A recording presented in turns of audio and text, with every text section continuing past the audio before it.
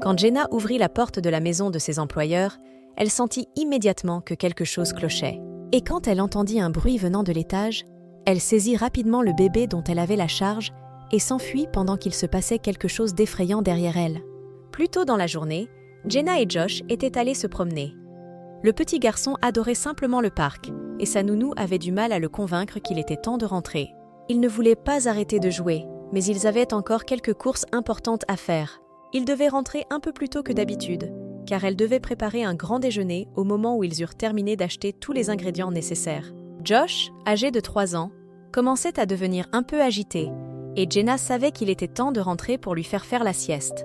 Elle ne voulait jamais que les parents rentrent à la maison en trouvant un enfant grincheux et en pleurs. En entrant dans la confortable maison de ses employeurs, Jenna se sentit chanceuse d'avoir été engagée pour ce travail spécifique. Jonathan Lay et sa femme étaient un jeune couple californien, très concentré sur leur carrière. Bien qu'ils adoraient leur petit garçon, ils travaillaient tous les deux à plein temps. Jonathan travaillait dans l'immobilier, tandis que sa femme était avocate dans un cabinet prestigieux.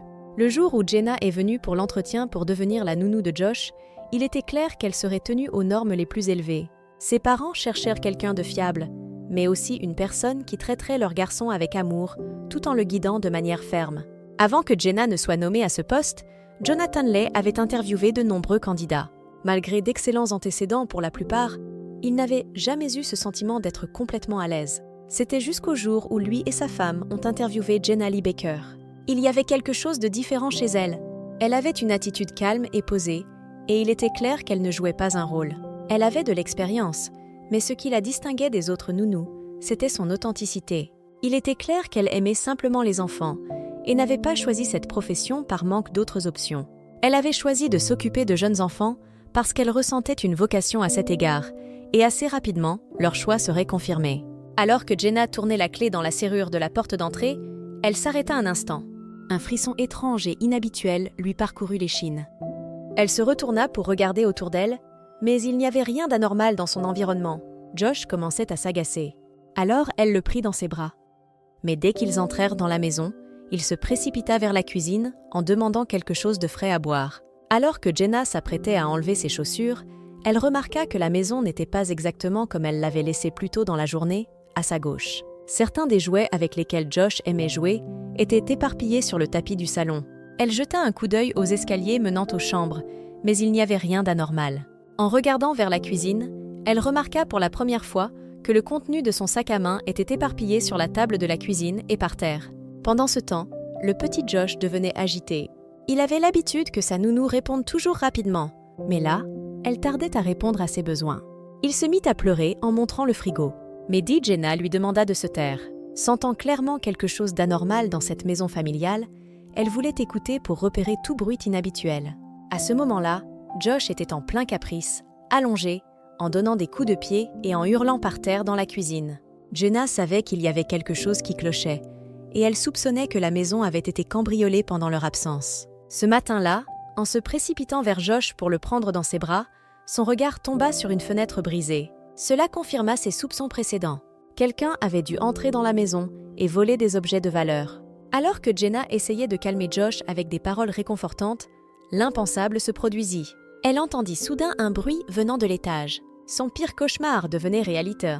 L'intrus était toujours dans la maison, ce qui signifiait qu'elle et Josh étaient en danger imminent. Malgré l'absence de formation spécifique pour ce genre de situation, les instincts de Jenna prirent le relais. Elle savait que sa première priorité était de sortir Josh et elle-même de la maison.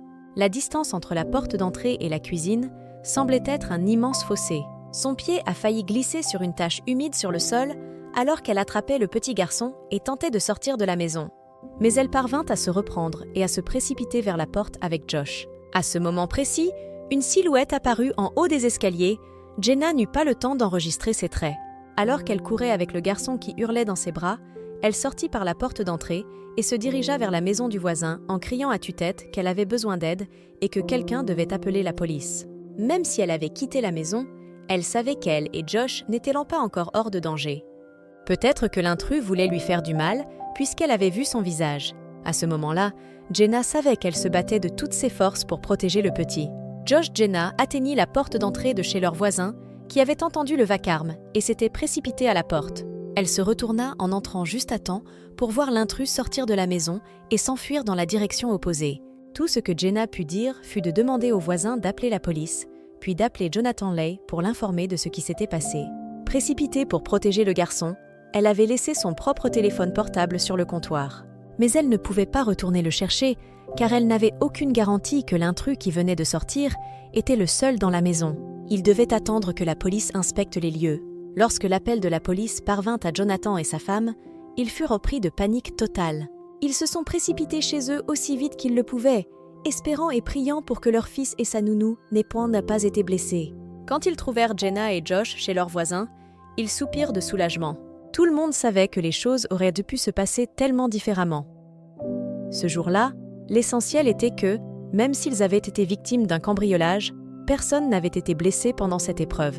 Heureusement, la famille avait récemment installé des caméras de sécurité tout autour de la propriété et à l'intérieur de la maison. Grâce aux images de surveillance, ils ont pu déduire que le cambrioleur agissait seul. Il était entré dans la maison peu de temps après le départ de Jenna et du petit Josh.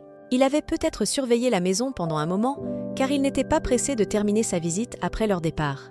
Après que les policiers aient parcouru les différentes pièces de la maison, ils ont réalisé qu'ils cherchaient des objets de valeur. C'était cet homme qui avait dispersé le contenu du sac à main de Jenna dans toute la cuisine, ne prenant que l'argent qui se trouvait dans son porte-monnaie. Au moment où Jenna et Josh sont revenus à la maison, il avait rassemblé beaucoup de choses de valeur et aurait presque terminé quand il a été surpris par des voix dans la cuisine.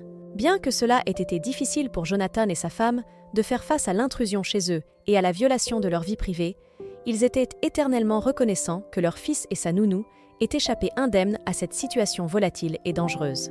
Les choses auraient pu tourner très différemment. Heureusement, le petit Josh ne semblait pas trop traumatisé par toute cette épreuve. Sa nounou avait protégé son visage en courant et il avait simplement pensé qu'elle voulait rendre visite spontanément aux voisins. Pour ses parents, Jenna était une super-héroïne. En fait, s'ils avaient pu lui attribuer le titre de super nounou, ils l'auraient fait sans hésiter. Son sens aigu de l'observation, associé à son intuition et à sa capacité à prendre des décisions en une fraction de seconde, ont probablement empêché la situation de dégénérer en quelque chose d'inimaginable. Pour Jenna. Cependant, elle ne considérait pas ses actions comme quelque chose de spécial. À ses yeux, elle a simplement fait ce que n'importe quel nounou aurait fait protéger la vie de ceux qui lui avaient été confiés. Merci de l'avoir regardé jusqu'à la fin. Surtout, n'oubliez pas de la liker et de la partager avec vos amis. À très bientôt.